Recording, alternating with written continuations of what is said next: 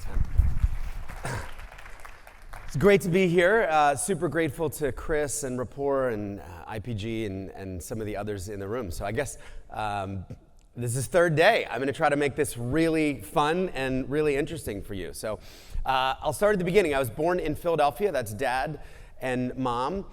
When I was 4 years old, we moved into this really ugly gray house at the end of a cul-de-sac. It was the dead of winter, and what we didn't know was that our home came with a carbon monoxide gas leak. And we all started to get these migraines and weird health symptoms. And on New Year's Day, 1980, my mom collapses unconscious. So she's the canary in the coal mine. And my dad eventually finds the leak. It was this faulty heater in the basement. He rips it out. My dad and I start to bounce back because we were spending less time in the house, but my mom never does. And I remember watching as a kid, she goes from this vibrant, healthy woman to an invalid for the rest of her life. And I never saw her face again. She had to wear a mask for more than 50 years. Her immune system shut down. Her body was unable to process anything chemical from this point on. And she lived in isolation in specially prepared rooms and was connected to oxygen. And was just sick for the rest of her life. So it was a very weird childhood. I was an only child. I grew up as a caregiver. I was helping to take care of her and doing the cooking and the cleaning. And my parents raised me in the church. I was a very kind of good Christian kid. You can see here, they also used a cereal bowl to cut my hair for many years. And I wanted to be a doctor. So if you'd asked me around this age, I'm going to be a doctor. I'm going to cure my mom. I'm going to cure other sick people like her. So that was kind of the first part of my life. Instead of becoming a doctor, at 18, I moved to New York City, to the horror of my parents, to become a nightclub promoter instead. And, I think in some ways I was trying to make up for a lost childhood. And, the rules of the church weren't any fun. You couldn't smoke. You couldn't sleep around. You couldn't drink. You couldn't party. And I wanted to do all these things. And I realized you could do this in style as a nightclub promoter. So for the next 10 years, I filled up 40 nightclubs. Here's a picture that was taken of me at 28 years old. What's so sad about this picture is that I'm flashing a Rolex watch to some club photographer so that he knows I have an expensive watch. This is what we thought was important at the time. This would have been around 10 o'clock. This would have been around 3 in the morning. This would have been around noon the next day, just filled with, self-loathing after 12 hours of partying, trying to take Ambien to come down, knowing I had to do it all over again. So I hated who I had become, and at 28, I wake up one day and I'm like, I am the worst person I know. What would the exact opposite of my life look like? What would it look like to return to this unselfish ideas and the foundation of morality and spirituality my parents had brought me up with? And I said, I need to make a radical change. So I decided to sell everything I own and do 1 year on a humanitarian to volunteer for a humanitarian organization for 1 year. So this turns out not to be easy. I applied to World Vision and Save the Children and Doctors Without Borders and the Red Cross, and none of these organizations will take a nightclub promoter, it turns out. Doctors Without Borders is looking for doctors to join their noble mission.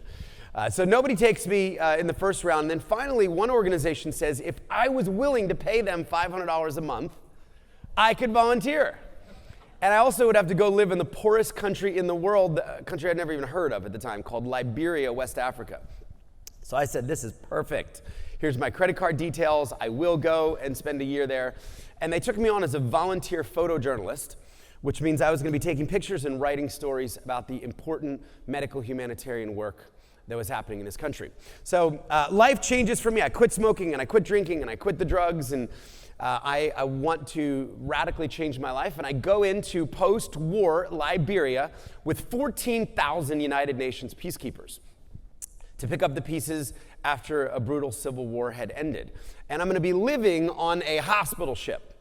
So this is a 500-foot converted ocean liner. They turned into a state-of-the-art hospital. Very simple idea behind this charity. Bring the best doctors and surgeons in the world, get them to give up their vacation time, and then sail this hospital ship up and down the coast of Africa. So I was going to be responsible of documenting everything that happened. The country was a disaster. No running water, no sewage, no mail. People would live in bombed out apartment buildings that looked like this. They were living in houses that were once beautiful but had been decimated by the war. And what we would do is we would advertise the coming of the hospital ship, and we'd say, if you've got one of these conditions, a facial tumor, or flesh-eating disease, or you were born with a cleft lip or a cleft palate, maybe rebel soldiers burned you during the war, and you need facial reconstruction. Turn up on this day, and our doctors will help you. And I knew we had 1,500 available surgery slots to fill. And my third day in Africa, I take this picture of the 5,000 people who came. So we had to send over 3,500 sick people home without the chance to see a doctor because we didn't have enough doctors. We didn't have enough resources. First child in line was this little boy named Alfred, and he was 14, and he was suffocating to death on his own face with a benign tumor. Now, his mom pulled out this photo, and she says through a translator, my kid was completely healthy at age 10. And then this thing started growing on his face, and there was no surgeon to take him to, so she took him to the witch doctor, and he cast spells and put chicken blood on the tumor. None of that worked. 4 years later, this little boy is on the brink of death without the chance to see a surgeon. So that's why these doctors had come from 41 different countries, and a couple days later, I scrubbed up and I watched this amazing 8.5-hour surgery where Dr. Gary removed the tumor very simply and threw it in the bin and started sewing Alfred back up, and then I got to take him home a couple weeks later minus the tumor, and I got to watch him heal. So it was an amazing experience. It could not have been any more different than 10 years of parting. I got to meet some of the most remarkable people. This woman, Martha Lean, told me that this tumor had grown slowly for 8 years. And when people would see her, they would throw rocks at her face. They would stone her because they thought that she was spiritually cursed. And what she needed was a 40-minute surgery just to remove a benign mass. So that first year, I took 50,000 photos. I met all 1,500 patients before and after their procedures. And like it or not, if you were on my nightclub list, you were getting these photos. So there were definitely some unsubscribes. People who thought it was cool to get drunk at fashion shows and fashion parties didn't, care about this. But many people actually did, and they began to send in money for surgeries, and other people began to follow my lead and volunteer. And I learned that maybe the same skill of promoting could actually be used for good, promoting something actually important and redemptive in the world. So I went back to Liberia for a second year. I wasn't sure what was next for me. And in that second year, I got off of the ship, I got into the rural areas, and I saw that people were drinking dirty water. And I couldn't believe it when I saw the water sources in these villages. They were just open swamps, they were ponds, they were rivers. And I learned two very simple things. I learned half the country was drinking dirty water. And I learned half the disease in the country was because people were drinking dirty water, according to the World Health Organization. So I have this epiphany, my gosh, we're turning away thousands of sick people with things growing on their face, and the most basic need for health is not met.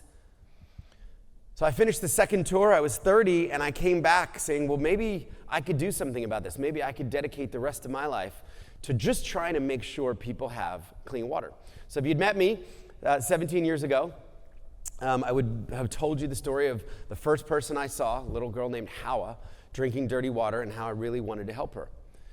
And I finished the 2 years with Liberia. I come back to New York, and my friends are still selling $10 bottles of water in nightclubs to people who don't even open the water because they're drinking champagne or vodka instead. And it was in such sharp contrast to the need that I'd seen. And very simple, I was back in New York, and I said, I'm going to try to bring clean water to everybody on earth before I die. Now, I've been at this for a while, as Chris said, and we are a long way from success. Today, 700 million people are drinking water like this. It's about 1 in 10 people alive on planet Earth do not have the thing that almost everybody in this room, maybe everybody in this room, has had your entire life just because of the privilege, the situation we were born into. So I've now traveled to Africa 50 times. I've been to 70 countries. Very common to see kids like John Bosco just walking knee-deep into water like this. 703 million people, twice the population of America. A little girl I met in Honduras. This looked more like chocolate milk than anything you would associate with water. And it never, ever gets easier to see a child poison themselves in real time before you because there's no water. There's no clean water in that community. Very common to learn about the diseases in these communities that are caused by water. There are 28 different diseases that you can directly link back to water. You've all heard of cholera, E. coli. Schistosomiasis is a fancy word for worms. A couple 100 million people globally right now have worms crawling around in their body because of the dirty water they have to drink every day. The little girl I met in Kenya, she would drink from this bottle. This came from the Molo River, and every time she would drink, she would throw up. And then she would drink a little more, and then she would vomit a little more. And I remember just being horrified. I took this water away from her. I gave her all the clean water that we had in the car. But I took this water back to New York City, and I gave it to a lab, and they put it under a microscope, and they sent me this video of what she was drinking, and it was alive. Obviously, no child should be drinking water like this. Water had a huge link to education. I couldn't believe it, but 1 in 3 schools in the world didn't have water for their students.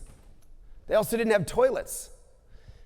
I learned this was one of the top reasons why teenage girls would drop out of school around the world. They would get their period, they'd stay home 4 or 5 days a month, fall behind in their studies, and it was already their job to walk for water.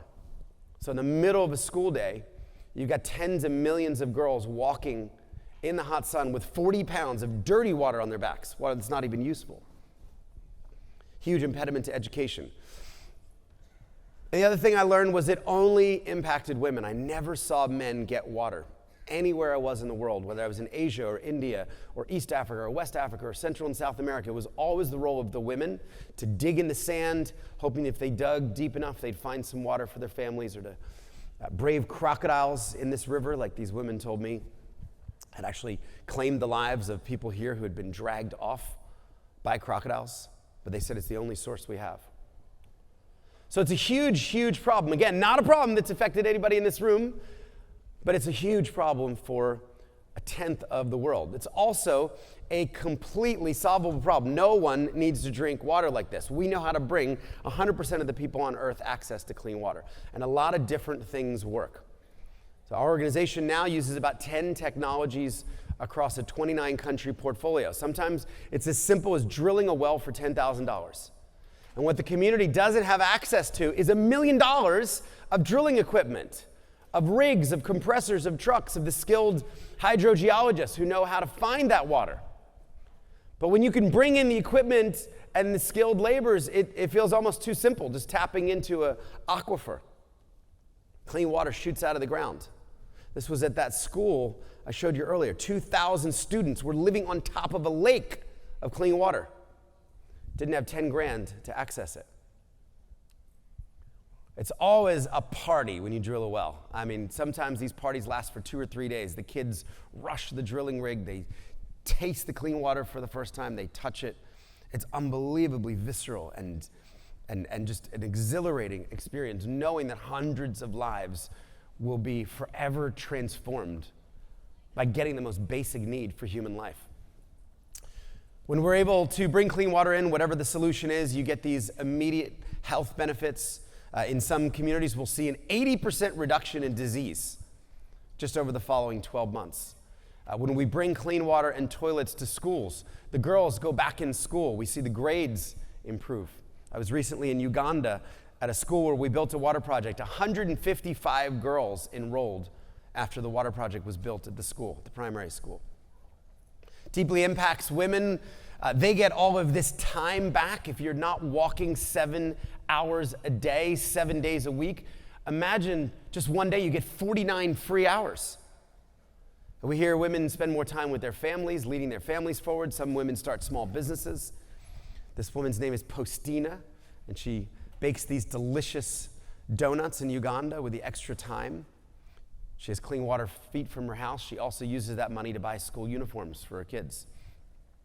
This woman, Helen Appio, one of my favorites, she got clean water for the first time, and she said, "Now I am beautiful," because she had enough water to wash her face and her body and her clothes. And maybe one of the best things about working on clean water is everybody thinks this is a good idea. No one has ever told me to stop in 18 years. No one has ever pulled me aside and said, "Scott, let them die of bad water. Let the women get raped on these long walks. Let the children die of cholera." Republicans and Democrats think this is a good idea. People of faith and atheists and agnostics. And water's binary. It's either clean or it's dirty. And you know that you have inarguably transformed human life for good if you bring them clean water. So I started the org 17 and a half years ago, and I was 30. I had no experience in philanthropy or building a charity or running a charity, but I did have a very clear vision. I want to bring clean water to everybody on the planet. And as I came back to New York, I realized so many of my friends didn't trust charities. There was a cynicism, there was a skepticism out there. Came across data to back this up. USA Today polled Americans, and 42% flat out said they didn't trust charities. It's actually gotten worse. 70% of Americans more recently polled believe charities waste their money. 7 out of 10 givers believe charities are not good stewards of those donations.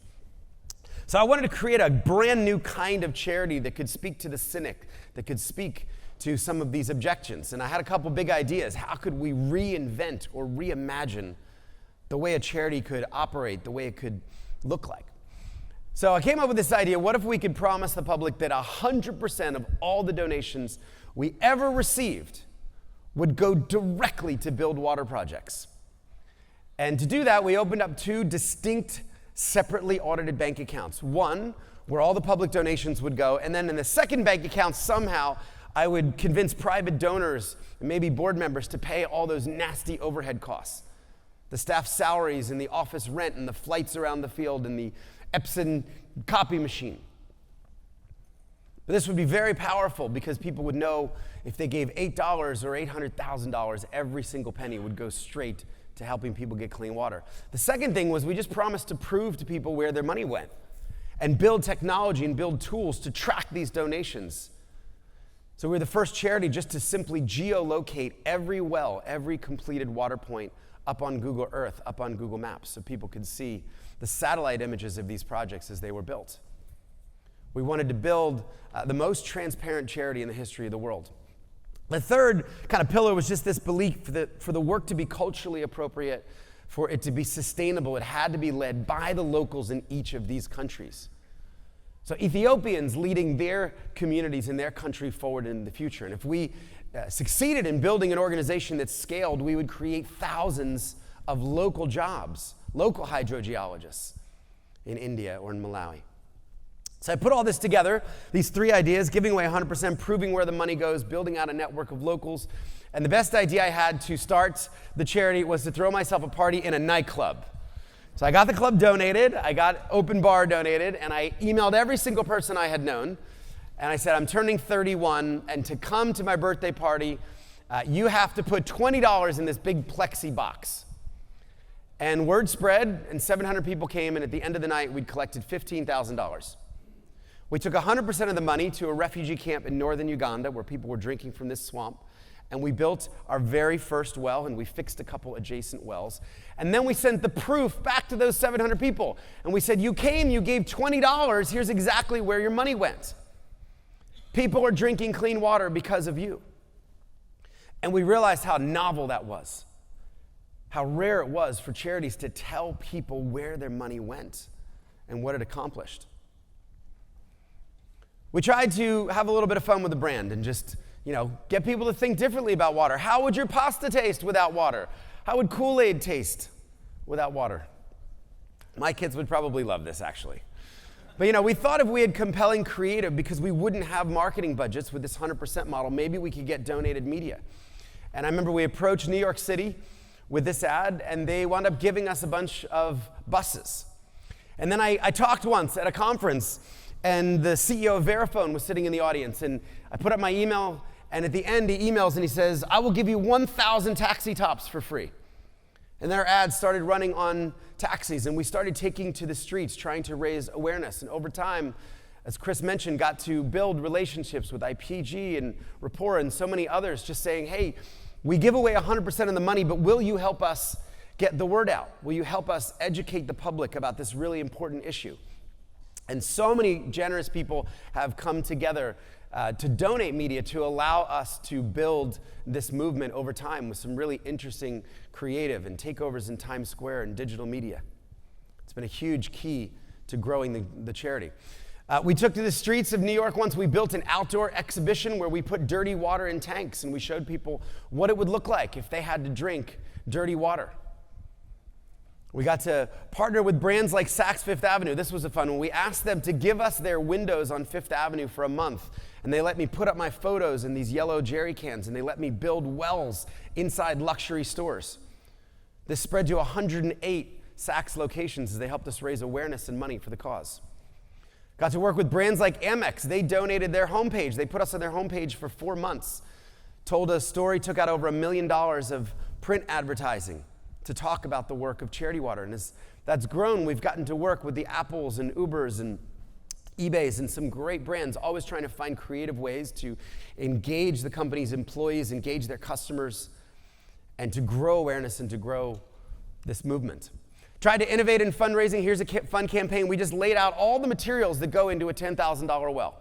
So we would say to a company or to a family, you write a $10,000 check for a well in Ethiopia. That's what 100% of your money buys. It buys pipes and PVC and parts. But if you write a $10,000 check for our program in Cambodia, it would buy a completely different set of materials for a completely different intervention. But this is where the money goes. Try to innovate in the water space. Maybe some of you are sitting there saying, oh, that's great, but I heard that wells break. Well, sometimes they do. And it's terrible to see a broken well and know that this well that was once creating life and flourishing for a community, for some reason, something went wrong. So we wondered if technology could solve the problem and make sure that nobody who had clean water ever went back to a swamp like this woman in Uganda. Took a page from Nest and the Internet of Things, and I thought, well, if a donor can change the temperature of their vacation home from their iPhone, we should be able to create a smart well. We wound up winning an innovation grant from Google, and we started building a sensor that we could put on these wells to monitor their long-term functionality. So we would have transparency on how much water was continuing to flow. Now, we failed for the first 5 years. It was incredibly hard to differ. There was nothing we could go buy on the market, so we had to build it ourselves. And we finally did, and this is really cool. This is one of our pilots in Ethiopia. This is a dumb well that in about 10 minutes is being retrofitted and connected to the cloud. So the mechanics here just pull off those 4 bolts. They put on a $200 sensor. They put the bolts back on. And now, when this little girl and this community come to use this well back in New York, we can see exactly how much water is flowing every single day. Now, this is important because here's an actual Charity Water well that did break, and it needed a service call. And a woman like this in Zimbabwe can get that notification, dispatch a technician who heads out. So think of this as like Geek Squad or Apple Care for wells. And he heads out into the village, and he works with the community. He pulls the guts out of the well, and he finds the leak, gets it working again, and we could see that took 3.5 days. 3.5 days of downtime.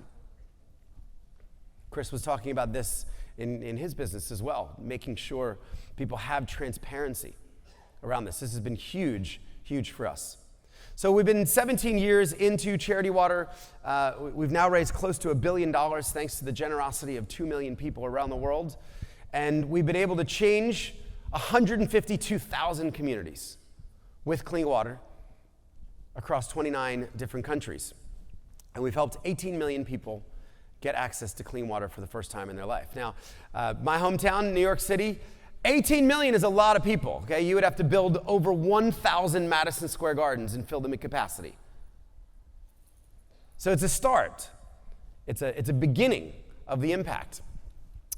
Looking back, obviously this guy is long gone. I was very happy to put him to bed, and ever since I started this work almost 20 years ago, I've been blessed with an amazing family. That's my wife, Victoria, my son, Jackson, my daughter. We thought we were very done. We just had a surprise 7 months ago. This is Luke. He was just as surprised as we were when he came out. And I get to travel around the world trying to build the movement and invite people into a story of generosity and compassion. Got to visit our first well, my birthday well, on the 10th anniversary, and this is what it looked like. It was still pumping water. And it was really extraordinary just to think, we did the math on it, and we realized that over 10 million liters over a decade had flowed from this well because a bunch of people came together and threw $20 in a box at a nightclub. got to write about the experience. If any of you are interested in more of the stories, a long version, I wrote a book called Thirst. As Chris said, became a New York Times bestseller. 100% of the money goes to the organization. I could never make a penny from this. We had people like Bill Gates and Mike Bloomberg and Richard Branson were very kind to kind of lend their name in endorsing it. It's a great way to share the Charity Water story with your kids or with your coworkers. And I want to kind of come back to John Bosco. So for me, this is what it's all about, is taking a child like this, a family who is drinking unthinkable water. And because I can get someone to care, because I can get someone to donate media, or I can get a company to raise their hand and say, we could do a well, drilling rigs start heading towards his village. And they pull off the paved roads and they pull into the dirt roads and they make their way to this rural village. And imagine what it would have been like for him to see local Rwandan drillers, heroes, jump out and start looking for water at the center of his village. And they found it. And a couple days later, they built the well, and clean water is flowing for the first time, and he gets to taste it and experience it for the first time in his human life. And we got to go back and visit him 8 years, and we found our kind of awkward teenage kid had grown up in that time. He'd become a man. And he had just gotten married at 21, and he had just had his first daughter. This is Jean-Marie. And we realized how profound this work was. She will never have to drink from the swamp. She was born into a completely different world, a world of clean water, because someone had cared about this family, about this community across an ocean. So we look ahead, 18 million people, it's a lot of Madison Square Gardens, but you put it into the size of the problem, it's only 1/38 of the way there, 2.6% to goal. So we must go faster. And we're focused on growing the movement and scaling. And water, I think, is having its moment because people realize that water is connected to health. It's connected to women. It's connected to education. It's connected to economic growth. It's connected to climate. These are the most vulnerable communities in the world. They produce the least amount of carbon. Giving them clean water makes them resilient to the droughts and the floods that they're experiencing. We say to people, choose goal 6 at the UN, and you get 8 for free. It's a 9-in-1 package just focusing on clean water. So if you're asking how you could learn more or how you could help, a couple ways. Individually, a lot of people get involved through this community we have called The Spring. Think of this as Netflix or Spotify, except we take your money every month and we give you no music and no movies. But 100% of whatever people give, whether it's $10 or $40 or $100, goes directly to give people access to clean water. You can learn more about that at thespring.com. We have people now from 149 countries that show up each and every month, and this is the future of the organization, powered by small donations. And maybe you could help us build the movement and join Chris and IPG and Rapport and AdQuick. I think we have some people here who have stepped up in a really generous way. Capital, Verifone, New Tradition. We are always looking for partners who can donate remnant media, who can help us get the word out through these different campaigns, and are continuing to try to come up with great creative and, in the future, hopefully trackable links where people can see exactly where their money goes. So thanks for letting me share a little bit. We really believe every dollar counts, every impression counts. You never know who's watching. You never know who stops and just thinks for a second and says, wow, I could do something about that. I could join an organization or a movement like that. I could help someone get access to clean water. It costs only $40 to bring one person clean water. So I'll put up my email if you'd love to know more or work with us or get involved in any way. You can scan that, or you can just email me, scott@charitywater.org. And thank you so much for letting me share.